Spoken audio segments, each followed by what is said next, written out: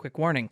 Some of these stories contain subject matter that some viewers may be sensitive to, and as such, viewer discretion is advised. And if you have a true story you want to send my way, go to astheravendreams.com and click Submit Your Story. And thank you.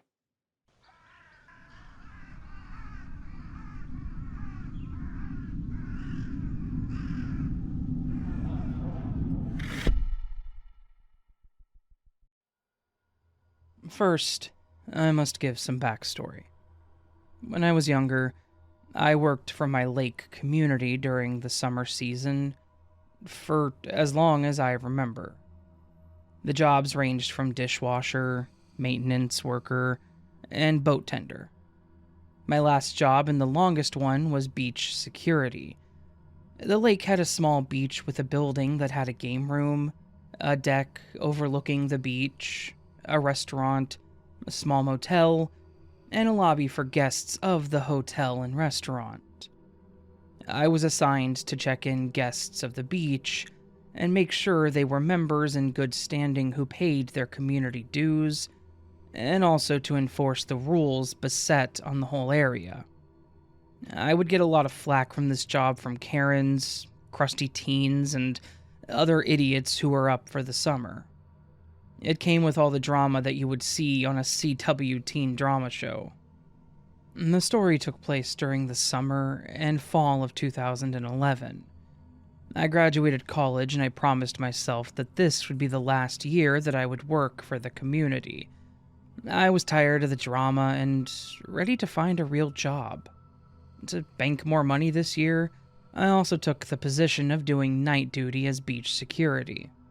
For this, I would monitor the property for 3 more hours after the game room and restaurant closes at 11, and I would make sure that no one was trespassing on the property. I would mostly walk the property and then stay in the lobby area, watch TV, and play on my Nintendo DS until my shift was over. 98% of the time, it would come and go. But sometimes, I would see the occasional deer, raccoon, fox, and black bear walk the deck. I would also have to ask people to leave and or call the community security for assistance. I should mention, I am an unarmed security guard, and I don't own anything for self-defense at this time of the story. One night in July, I was watching Adult Swim on the TV with a sliding glass door behind me that led to the deck. The show I was watching goes to commercial break, and the screen goes black. When that happens, I see on the reflection of the TV screen someone standing on the deck looking into the door and looking at me. I immediately jolted up and turned to the figure and just stared at him. The guy was about 5'8", wearing a dirty black hoodie with a white Adidas logo on it, navy blue basketball shorts, and white sneakers. With his hood up, I couldn't make out his face, but I can tell that he was a white male with bright red dyed hair that was underneath his hood, and he seemed a bit younger than me at the time. He was just standing there swaying slightly, and he had his hands in his pockets. He was staring at me, but also, it was like he was looking through me. It took me a second to collect myself, and then I walked to the glass door and slid it open. Hello, sir. I'm sorry, but the beach and deck are closed for the night. I'm gonna have to ask you to leave the property and come back when we open up in the morning. Then he says, when is that? He was very monotone, and he seemed tired but jittery. That'd be 8 o'clock in the morning? Okay. Can I come in and use the bathroom? At this point, I felt something much more off about this guy. I've dealt with drunks and people being super high, but this guy seemed to be on something else, and I didn't want any part of it. I am sorry, but no one's allowed to be here unless they're a guest of the hotel or restaurant, which are both closed for the night. Now, please, sir, can you please leave the beach? He seemed to get a bit annoyed by that, but his body language barely changed. Fine. I guess I'll have to find somewhere else to go. He then walks off. I made it a point to follow him off the deck and watch him walk away to make sure he left. Instead of heading up the road, he veered off into the woods. He was out of my sight, but I could hear him dragging his feet through the brush and sticks. After that, I walked back into the lobby and locked the door behind me and called the dispatch and reported the incident and asked to keep an eye out for the guy. 2 a.m. came and I locked everything up. I armed the security system and left. I started to drive out of the beach area, and as I started to turn left, a balloon full of this red liquid stuff flew from the woods and slammed against my passenger window. I got startled and floored it out of there. I wasn't going to get out to see what happened there, and I only lived 5 minutes from the beach. I got home and checked out the damage. My passenger door was covered in red paintball paint. The impact was enough to dent my door. I called it in and asked them to keep their eyes out and check the area for the guy. The next day, I was told they didn't see anybody there, but got reports of the same thing happening to other residents' cars or houses. I was pissed, but also unnerved that happened to me in the first place. Time had passed, and it was fall. The beach closed for the season, but they still needed a night guard to make sure no one vandalized the property. It was the week of Halloween, and it was also my last night. I'd got a job working at a much better job, and this was the last of my 2-week notice. I also went to the Halloween party during the day, and went all out as Jason Voorhees with the machete from Walmart as well. I was wrapping up for the night, and I was just sitting outside of my car, talking my friend's ear off on my cell phone. As I was talking, I could hear some leaves rustling and twigs snapping in the woods behind the dumpster. I told my friend that I had to go, and I hung up. This was my dumb white person in a horror movie moment. I walked slightly closer to where the noise was coming. It was dark, but slightly lit from the parking lot's lights. As I was looking from behind the dumpster, out comes the same guy that I saw back in July. His hood was down, and I could see his hair was longer, with his natural brown hair roots being longer than the red dye that was left. He began to fast walk up to me, growling, and his face was plastered with rage. He had a black iron pipe in his right hand, and he was swinging it a bit while he came at me. He covered a lot of ground quickly. I ran to my car and I opened my back passenger door that I was facing. I grabbed the machete that I bought for the party, and I raised it over my head and stood my ground. I don't remember what I said to him. I was filled with so much adrenaline, but I know that I cursed a lot. He seemed to stop, and he stood there for a bit. After I yelled and shook the machete a bit more, he simply turned around and went back into the woods from where he came.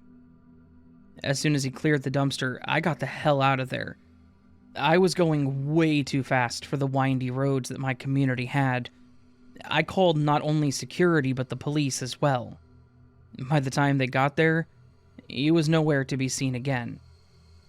4 years later, I moved away from my community and haven't heard anything new about the man or anything related to the incident. I now carry a knife with me, and I still have the same machete in my car, just in case.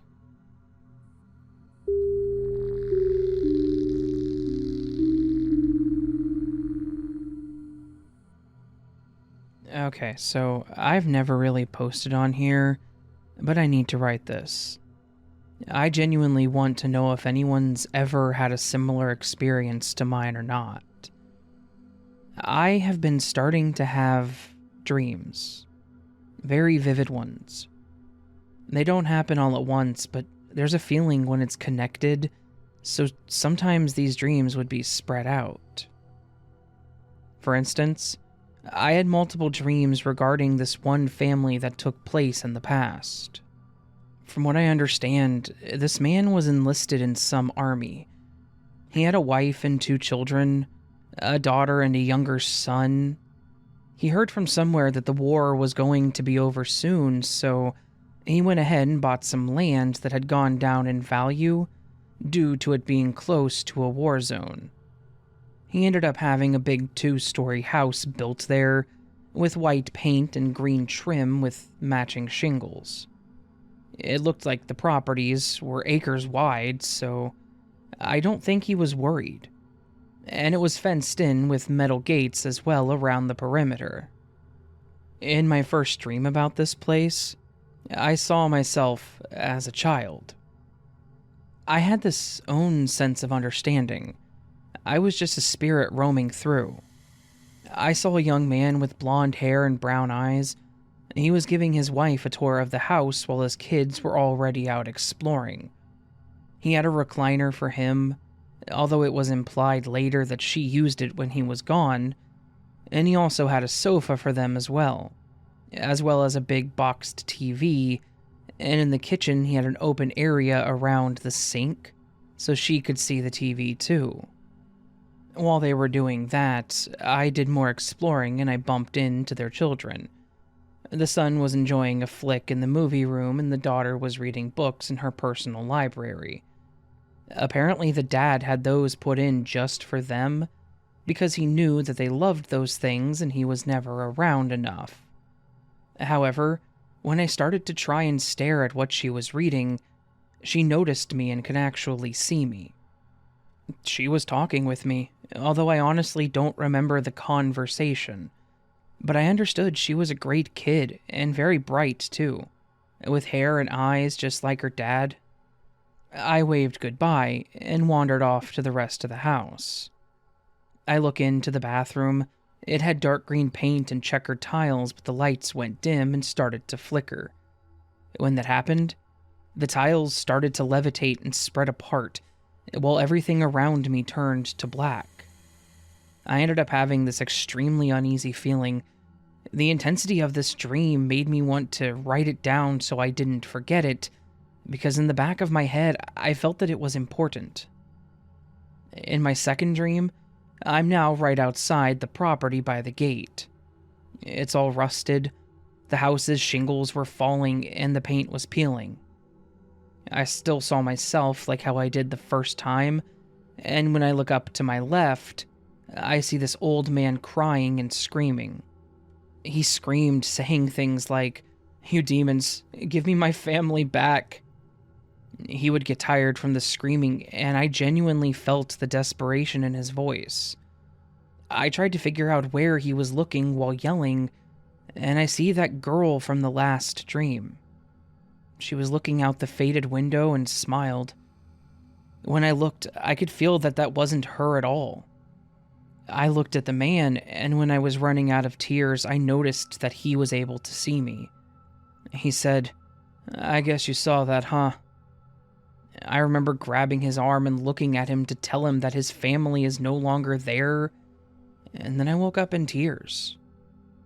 There's other times where I've dreamed of this place, but in the future. I've seen it remodeled into an orphanage that had a fire and the children escaped.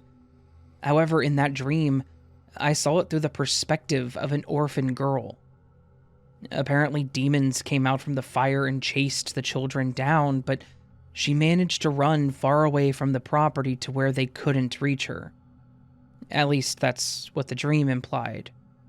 And eventually, it became sort of an attraction, although it looked like an old-timey library from the outside. I've had other things like seeing demons in my dreams. They aren't like the edgy things you see online. They're like these humanoids with pale bluish-gray skin, big disproportionate heads, skinny, tall torsos, although that's just my experience. The first one I saw had very vivid eye colors. They were very bright and always changing. She had gray silver hair, but it was all dried out, with long, sharp nails and a sense of overwhelming fear that came with it, that even sleep paralysis couldn't compare. The second one I would call more of a lost soul. I saw it on a street nearby the old church that I used to attend because of my mom. It had a similar figure, but its eyes were hollowed out, and it had rags on. And instead of fear, I got this sense of overwhelming loneliness and a feeling of being lost. I walked closer to it to try to reach out to see if they needed help, except once I tapped it, it disappeared. And the only thing left behind were the rags that it had. When I woke up, I remember hoping that it found the place that it belonged. I have more experiences, but I've already written enough on here, and I'm sorry if this seems like it's fake because of the details, but I wrote down all the details on here because I want to know if anyone has experienced anything similar.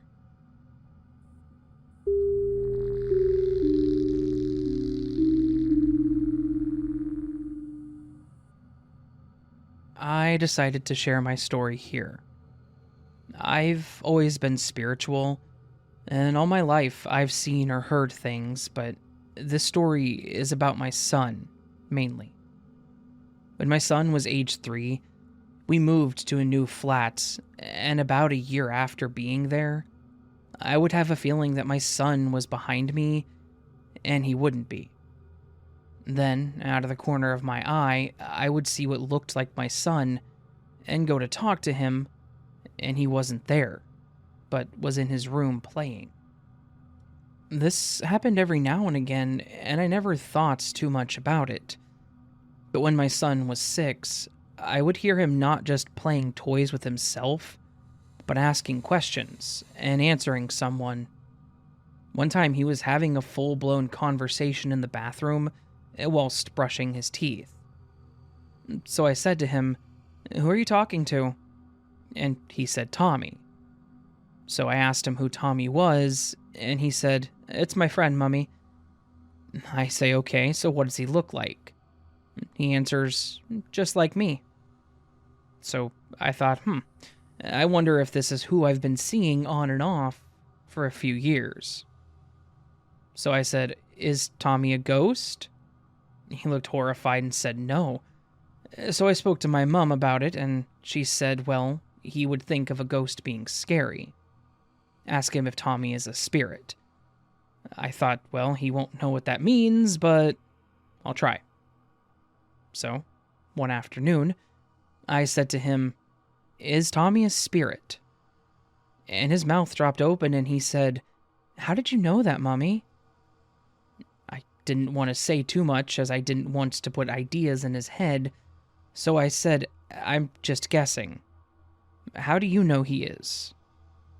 Then he started telling me how one day, Tommy sat on his bed and said, "Don't be scared, Jack, but I'm a spirit." My son looked at me and said, "But Mummy, I wasn't scared, as I don't know what a spirit is." So I said, "Well, you're very lucky, as not everyone can see them, as a spirit is someone who's died." And he said, "Oh, wow. Well, Tommy's back alive again." So, not to scare him, I just left it there. That night, I was watching TV, and I heard Jack running down the hallway, and his face look around the doorframe at me. So I said, "Jack, why are you up?" And he vanished. I got up, and Jack was fast asleep. I then went on holiday for a week without his dad, as he was working. We went to a caravan, and my nieces were asking Jack if Tommy had come, and he said, no, he was staying behind to watch Daddy. I didn't think too much about that. We got home, and my husband was behaving strangely, causing arguments and always walking out for hours. And I kept feeling Tommy. I was speaking with my mom and said how my husband had changed, and that Tommy seemed angry. My mom said to try and connect, but I never did try. It was a Saturday morning in August, and I had my cousin's wedding to go to, and my husband was an usher. I woke early to an eerie feeling and then a noise that something had dropped. I looked out in the hallway, and Jack's door sign was halfway down the hallway, and standing upright. No one could have done that, as Jack had stayed at my mom's. At the wedding, I caught my husband on the phone to an unknown number. We had a huge argument, and he ended it there and then. I was heartbroken. I never felt Tommy at home again, and Jack said that he had gone. I felt so sad for Jack, as he was upset about his dad leaving as well. It also came out that my husband had brought this girl back to our flat whilst I was on holiday. So, it made sense why he was watching his dad. And also why I felt Tommy was angry when I got home. I went to see a medium who told me that my son had a friend called Thomas. That sent shivers down my spine, as obviously Jack said Tommy. She described what he looked like again, and I went cold, as she had just described my son. I asked her why he isn't around now, and her answer was, he was there to protect Jack. But all I could think was, why did he leave when he was upset then? So, when my son was 14, I had a conversation with him, and I asked if he remembered Tommy. He said yes, and he described the clothes that I used to see him in, and he said Tommy would come and sit with me when Dad was really shouting and scared me. He would make me feel safe. And then, all these years later, what that lady had said finally made sense. He didn't need to protect Jack once he left, as Jack was no longer scared of his dad's temper.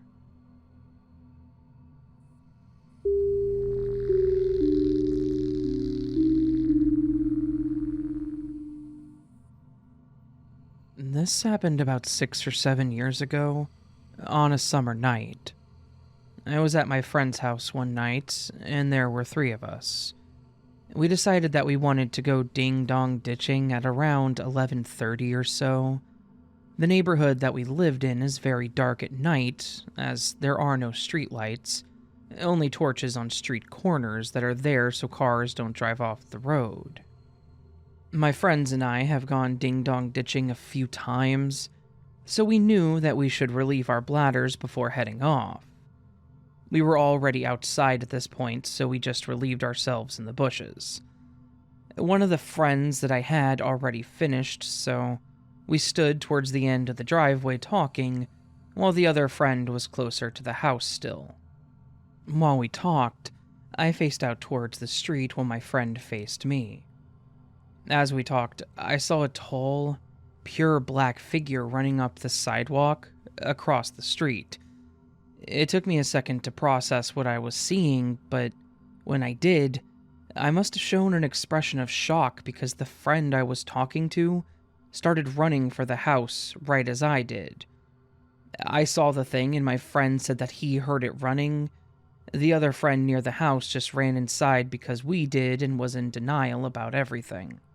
Some details of this thing. It was very tall. I was probably 5'10" at the time, and I could tell that this thing was significantly taller than me, probably 6'2" at least. It ran on 2 legs and had the physique of a lean runner. I know I said that this neighborhood was very dark, but this thing was black, pure black, and there was no sign of it wearing clothes. If it was wearing clothes, it had to be some skin-tight outfit that was black. It was too fast for me to call it human. I refer to this thing as an it because I truly don't believe that this is human, as much as it was shaped like one. I ran track and cross-country at the time, so I could judge how fast it was running, and there was not an ounce of doubt in my mind that tells me it could possibly be a human running that fast. It was also running uphill. My friends, even the one who heard the running, didn't believe what I saw. But one night, later that same summer, my friend had a large gathering of boys who all went ding-dong ditching. Sadly, I wasn't present on this occurrence. The boys made it far down the neighborhood when they saw it, a dark figure running that fit my description. They were much further away than I was, so I take my description as the more accurate one. In their case, however, They saw it running back and forth across the street, running out of view, and then back into view, then out again. We went out on other occasions, but we never saw this thing again. Do let me know if you have other questions or would like me to talk to my friends about their observation, and thank you for reading.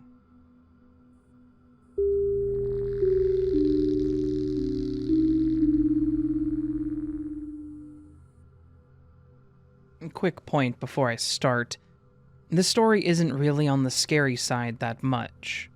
This is one of those stories where it felt really scary as a kid, but then as I got older, it wasn't really scary anymore and was really just confusing.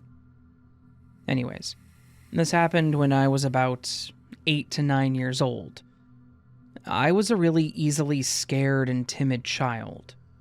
Usually, every child is at one point or another, but I was always that one kid that whenever anything remotely went down, I would cling on to anyone that I felt safe around. So, this is what made it terrifying to me at the time. And this happened when I was at my auntie's cabin.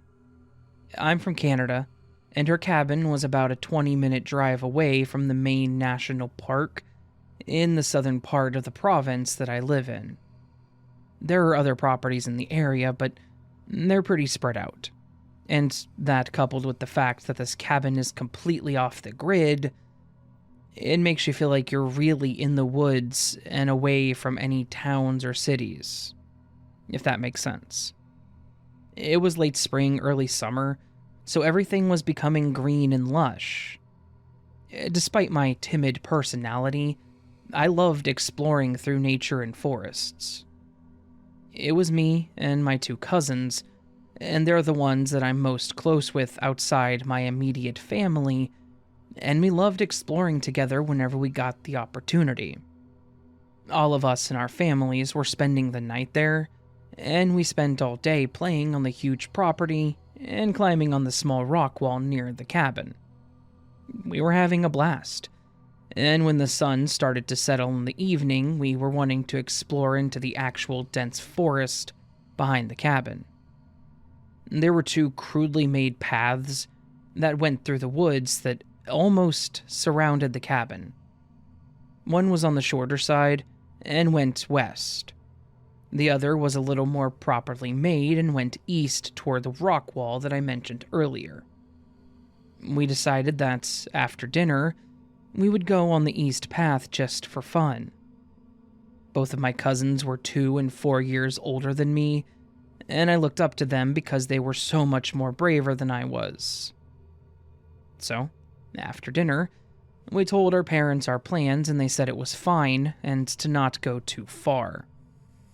We embarked on the path and began exploring.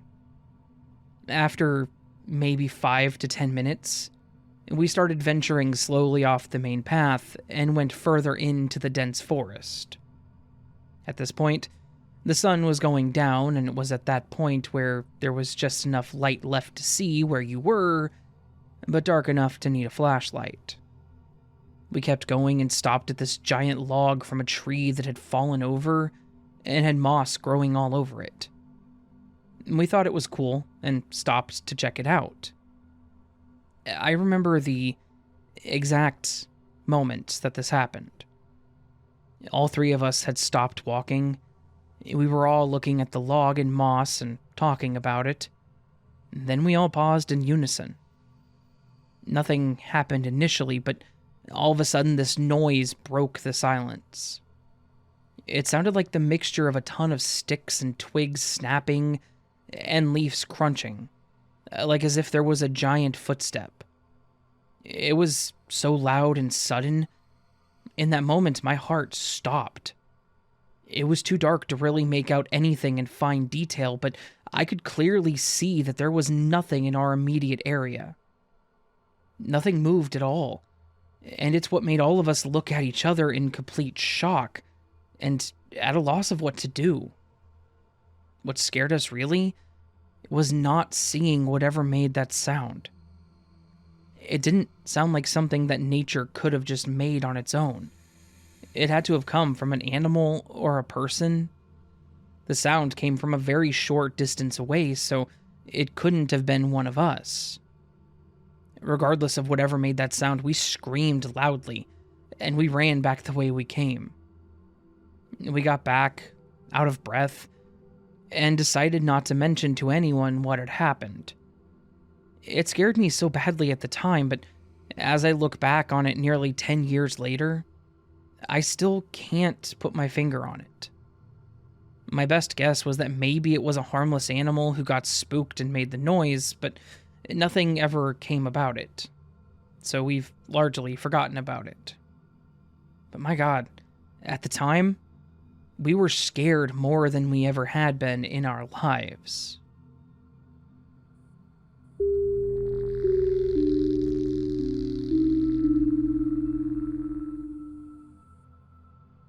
Of all the times I've used Tinder, I get the usual. People messing around, obviously fake or botted accounts, scam accounts that steal your credit cards, or even genuine people. I matched with this one girl, let's call her Allison, real name hidden for privacy reasons. Allison appeared normal, and I thought that we'd hit it off. That was until she told me that if we wanted to meet, I would have to pay for her services. She would get increasingly manipulative and pushy when I asked questions or refused, saying that I couldn't be trusted like everybody else. What the heck, I thought to myself. And then she ghosted me. That was until tonight whenever she added me back. I thought maybe it was a bad time, but she appeared to have forgotten me, and as we talked, I started asking questions. And she kept dodging them. I asked her what she did for her service, and she said she was a masseuse. So I asked what company she worked for, and she said she worked individually for a manager. The last question I asked was, where is the service located? And that's when I realized that she was a prostitute. She mentioned her address could be a meetup at either a hotel or at my house, if I paid for the transaction. That's when I knew it was too good to be true. I explained I couldn't do it because, 1, I'm a broke university student, and 2, where I live, it's illegal to buy a prostitute. I explained to her that I didn't want to get in trouble with the law, and she stated that I had insulted her at this point, and I realized that she only wanted me so that she could get any money that I had. I told her I'm not insulting you, and if that's the case, then I'm just going to go, before blocking her. Sorry if this feels short, but I just can't believe a girl I met used Tinder to be a prostitute. So yeah, to the Tinder girl that wanted me to buy her as a prostitute, and her manager who's pimping her, and let's not meet.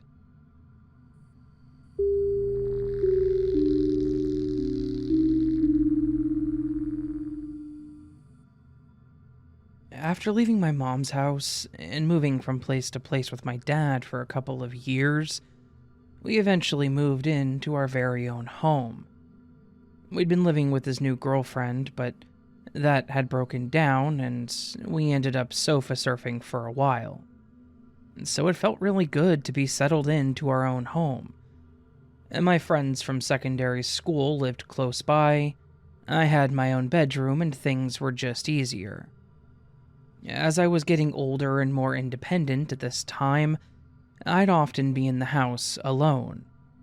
I'd get home from school before my dad finished work, and some evenings my dad would be out. It was when I was on my own that I realized I didn't feel like I was on my own, and that feeling of dread I knew too well had returned. Like at Mom's house, the feeling would come and it would begin to build and build until it was unbearable. The space between our front room and dining room, at the bottom of the stairs, was where I could sense something hanging around. Whenever I passed the foot of the stairs, I would get the feeling that something was up there, waiting to pounce. I would usually rush across that space, but sometimes I would walk in it and brave a quick glance upstairs. Whenever I felt uneasy, I would pretend that someone was home with me, and I'd call out something like, "I'll be there now, Dad," thinking I could trick the scary something into believing that I wasn't alone. I would hear things walking or moving upstairs, or just out of view in another room. That sensation that something was lurking behind me happened regularly. I would have to leave the house and sit outside until I felt the fear subside, and I could go back in. The worst ever experience in that house was when my dad had gone out with his new girlfriend one night, and I was home with my 2 cats. I also had my dad's girlfriend's dog with me, a beautiful German Shepherd type dog. I'd been watching TV downstairs most of the evening, but I began feeling uneasy in the front room. So I went upstairs to my bedroom to distract myself with a book, or magazine, with one of my cats next to me on the bed, and the dog was sat on the floor next to my bed. That damned feeling of something lurking was still there and beginning to build. I noticed my cat looking at the window wall that had a boiler there on the wall. She just sat fixated on something. I then turned to the dog, and she was sat rigid and upright, nose pointing forwards, looking to the exact same spot as the cat.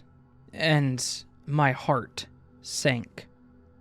That awful terror turned my stomach, and it gave me an instant cold sweat. Slowly, I turned back to look where they were looking, to see whatever they could see, and I saw it. Coming from the area of the boiler, there were 4 smoky/misty balls or orbs in a chain. The only way I could describe it at the time was that it moved like a wiggler, the caterpillar in Mario games.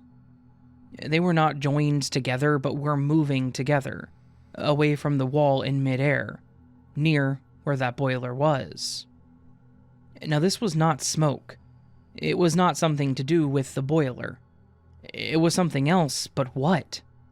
I don't know. They were a white, pale gray color, not solid nor totally see-through. They were like tennis ball-sized bubbles filled with smoke, but with no obvious edges. The smoke or mist was moving in a way that gave it the impression of a ball shape, completely unlike anything I had ever seen. So, totally horrified, I grabbed my cat, got off the bed, I called to the dog to follow me, opened the door, and we ran. We ran straight down the stairs to the front room, through the porch and out onto the doorstep. It was late, dark, and really cold, but I was too terrified to go back in. We sat there for a couple of hours, the dog in the porch area and me on the cold concrete step, until after midnight, waiting for my dad and his girlfriend to come home. They were shocked to find me sat there when they came home, and they were obviously concerned about the fact that I'd been so scared inside that I chose to sit outside. However, I don't think they believed me when I told them about the wigglers.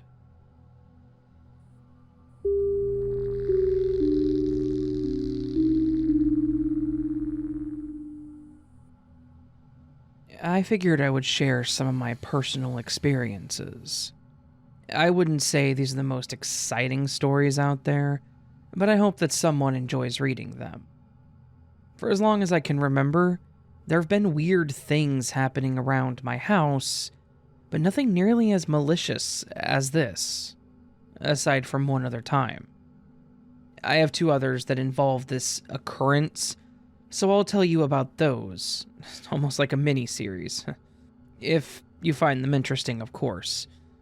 This particular story happened quite a few years ago, when I was in middle school. My brother used to have a drum set in his room upstairs for years. It wasn't abnormal to hear my brother playing them from down the block at times, because they're so loud, and the sound would travel around my neighborhood. I had just gotten off the bus and was walking home from school, all the while hearing my brother practicing. I had my earphones in and could still clearly hear him playing before I even reached the house. I went along with my usual routine, unlocked the door, walked inside, sat on the couch, listened to music, and relaxed. After about 15 to 20 minutes, I finally got a text from my dad asking what me and my brother wanted for dinner. My dad worked late, so it was normal for us to be home alone for hours. I took my headphones out and walked upstairs, once again the whole time clearly hearing the drums as loud as ever. I opened the door, and immediately they stopped playing. I didn't think anything of it because the drum set faced the doorway, so whoever sat there could see me open it and walk in. I was looking down at my phone, and I began to speak, but as I looked up, I realized that nobody was there. I walked further into his room to check to see if maybe he left the TV on, or maybe even his radio that he kept next to the bed. Neither of them were on. So I decided to walk all the way to the back of the room where the drums were. I was standing behind them and checked to see if the drumsticks were still tucked away in their pouch. And as soon as I saw that they were, I felt this intense feeling of dread. I was in total flight mode. It felt like something wanted to hurt me, and there I was on the furthest end of the room against a wall. The best way to describe that is like a looming dark was cast over my head. I ran out as fast as I could, across the room, down the stairs, and back onto the couch. I obviously realized that I was home alone, completely confused and scared. I've only felt that sense of utter dread a few times in my life. I didn't tell anyone about what had happened for months. I was so scared that nobody would believe me until the next time something odd happened with the drums, and I wasn't the only one to witness it. Let me know what you think, or if you've ever had something similar happen.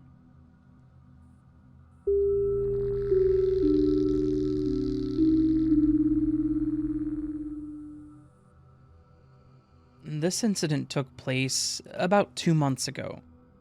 I'm not sure if this is a true paranormal occurrence or a mechanical, electrical, radio wave glitch. I'll allow you to be the judge.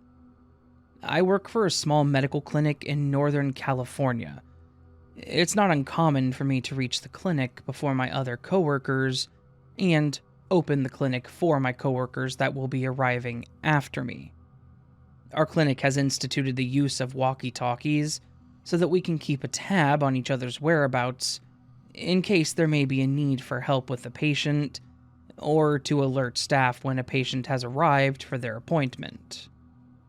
Per my normal routine, I placed my bag at my desk, proceeded to turn the clinic lights on, and began checking the clinic to see if any of my other coworkers had made it in before me.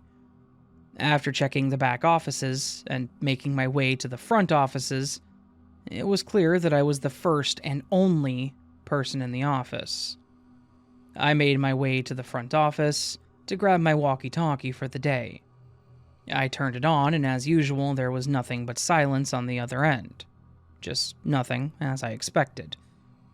I made my way back to my office and desk, sat at my computer, and began going through my paperwork and schedule for the day. Suddenly, over the walkie-talkie comes a voice that I readily recognize. The voice of my front desk coworker, whom I had not seen when doing my room and office check of the facility.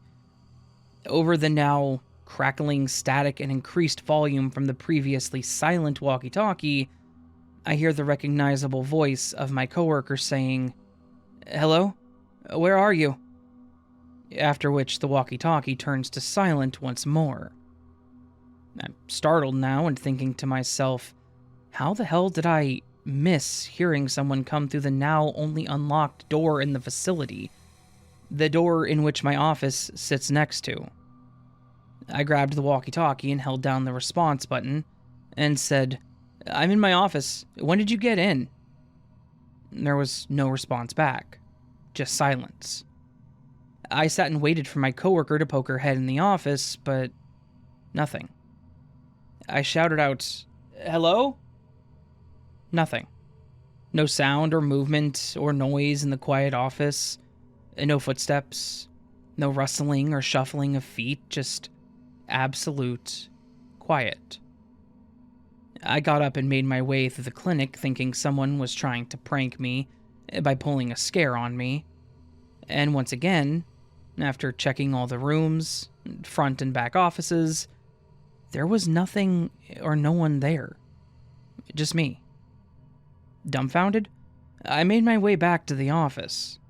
I sat down, and shortly thereafter, the second coworker arrived. The very one whose voice I had just heard over the walkie-talkie. I ran and met her at the door, asking if she had a walkie-talkie on her and was using it to scare someone in the office. She proclaimed, "No, they're all put up and off. Why would I do that?" I stated that, "You called me and asked where I was at." She looked at me puzzled and said, "No, I don't have a walkie-talkie. They're all in the same place where you got yours, all turned off." I checked, and indeed they were all accounted for except for mine, and were all turned off except for the one that I had taken earlier. I explained that she contacted me over the walkie-talkie, and I had been going through the clinic trying to find her. She chuckled and called me crazy and walked on to her desk. I cannot explain what or how it happened, but it was her voice. I recognized it enough to search the clinic looking for her. I know walkie-talkies can pick up other frequencies and people talking on other stations, as well as CB chatter, but this voice was specific, one that I recognized. I've been working with this particular coworker for over 8 years now, and I know her voice. It's sort of ingrained in my brain, but it couldn't have been her. She was never there. I'm convinced that perhaps it was something in the ether reaching out to me. The chatter over the walkie-talkie is totally recognizable and abrupt, but what came over my walkie-talkie that day that I opened the clinic was not it. It was a truly calm, recognizable voice, asking where I was.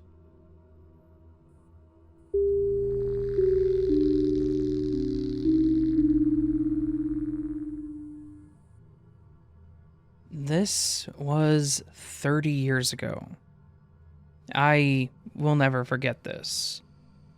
I was sleeping over at my friend's house. He was on his bed, and I was on the floor. His room is at the end of the hall upstairs, and right next to his bedroom door is the door to his mom's room, the master room with the bathroom. On the other side of the hall is a door to the bathroom. Down the hall near the top of the stairs is his sister's room, and there's nothing else upstairs. The distance from the top of the stairs to my friend's bedroom door is maybe 15 feet. Not very far. Okay, so we're lying down to go to sleep. His mom has already gone to bed with their 2 giant poodles. They slept in her bed every night. His sister is out of state at college, and there's no one else in the house. Parents are divorced. So we're finally getting quiet and not talking, and it's quiet when I hear someone walk up the stairs. Then walk down the hall to the area right in front of our door, his mom's door, and the bathroom door, and then nothing else. I thought it was just an old house thing, because this was an old Victorian with hardwood floors throughout. No biggie. I was kind of getting sleepy, and then I heard it again. Same exact thing. So now I'm like, what the hell? And I'm laying there on my side, my head tilted to watch the door and listening. I'm wide awake. It happens again. Then, a few minutes later, again. I'm like, what the actual hell? I'm kind of freaking out, and I turn my head to look at my friend in his bed, who I thought was asleep, and he's looking at the door too. He then looks at me with that WTF look. We both quietly get up and stand up closer to the door. It happens again. We're just staring at each other. We wait, hold our breaths, basically. A couple minutes later, it happens again, and we both reach for the door as the steps come to the area right outside his door. And he swings the door open. Nothing. There's nothing there at all. The house is just quiet. We step out and look into his mom's room as she has the door open. Both dogs and the mom are passed out asleep in her bed. In fact, one of the dogs lifted his head, looked at us, and then laid his head back down. We walk over to his sister's room, and no, she's not there. The bed is made and no one's there. We kind of stand there for a minute and whisper things to each other like, what the hell? That was steps, right? Footsteps, yes? The house is still quiet, so we go back to his room and sit there chatting for a while, just kind of freaked out. Then we settle in and go to sleep because it's getting late. As soon as we get quiet and start to settle, footsteps again. This time my buddy leaps out of bed, grabs the doorknob and flings open the door. Nothing. But this time we were loud, so his mom wakes up like, what was that noise and what's going on? We just told her nothing and to go back to sleep. And then we go back to his room. We sit there and just kind of talk to each other about what we're feeling and what happened. Talking quietly, and it keeps happening. Every few minutes, we stop talking and listen until it stops, and then go back to whispering. It got to the point where we were laughing or giggling quietly because it was ridiculous. I mean, it was shoes on footsteps. Like dress shoes or boots, loud in the wood creaking along with the steps as they came down the hall. I spent many nights in that house, in that room, and this did not happen every time, but it did happen often. So often that we got used to it and just slept. Same house, at some point hanging out in the backyard with my buddy and a couple of friends drinking wine coolers or some stuff. His mom wasn't home, sister was at school, and we were out on the deck in the middle of the day, maybe 3 p.m. I glanced up at the second-story window as I'm taking a swig of my wine cooler, and I see a woman in his mom's bedroom. I did a double take and she wasn't there. I look at my bro and he's looking at me. I was like, did you see that? He says, yeah, I saw something move. I looked up and then saw nothing, maybe a woman. So we literally jumped up and ran in and ran upstairs and searched. Nothing. No one. Same house. My bro's mom was down in the basement. We were upstairs in the kitchen. She was getting food out of the freezer down there to cook for dinner for us. She's only gone a couple of minutes, and we hear her scream. We ran down there, and she was on the floor in front of the freezer, looking around and clearly scared. She sees us, and she says, "Who else is here?" We looked at each other and her, and we're like, no one. It's just us, and you screamed. She was feeling out of it. We all go to the kitchen, and after she settles down and is making dinner, she tells us that she was kind of bent over, looking in the lower part of the fridge for something, and she clearly felt 2 hands on her back push her into the fridge. And same house again. As a kid, my bro was being chased by his sister through the house, around the dining room table, and he tripped and fell headfirst through a big mirror on a big credenza type thing. His head is through the thing completely. The mirror's broken, clean above his neck, the studs below shattered, and the part above is just hanging there, in the wood like it should, I guess. But it's a big mirror, as tall or taller than an adult. His mom is freaking out. She pulls him out, and the second his head comes out, that giant piece of mirror slides down, just like a guillotine, and it shatters, like a split second from decapitating him.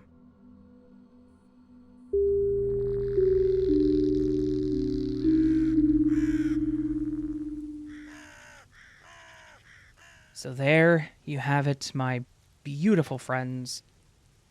Almost an hour's worth of true creepy stories from Reddit, creepy Reddit stories, true scary stories, whatever you want to call it. A fantastic collection of all things creepy, terrifying, horrifying, spooky, unsettling, spine-chilling. Pick your adjective. I just gave you several of them. Anyways, hopefully you all enjoyed this collection. If you did, do me a big favor. Hit that thumbs up button. And also, go down below, leave me a comment. It can say whatever you want it to say, so long as it does not contain a link, or spam, or inappropriate things that YouTube will block, because that will happen. So, leave me a comment within those specific stipulations. Tell me how you're doing. I'd love to know how you're doing. What did you like about this? Did you like these stories? Which one was your favorite? Which one wasn't your favorite? What about me do you like specifically? Boost my ego or something, I don't know. Also, if you're new and you liked what you heard, do consider hitting that subscribe button, as that helps my channel tremendously. You can also support the channel further and help me keep doing this forever by hitting that join button down below, or going to my Patreon, where for $1 a month you get early access to most of my content. So long as I'm ahead, you win, I win, we all win, yay. We all scream for ice cream. I don't really want ice cream, actually. It's too cold for ice cream. It was -5 Fahrenheit. It felt like -5 Fahrenheit, at least. Like, that's what the feels like thing said, -5. Anyways, I hope you all have a beautiful day, and I hope I will see you on the next video. But, beautiful people, until then, I genuinely hope that you can sleep well.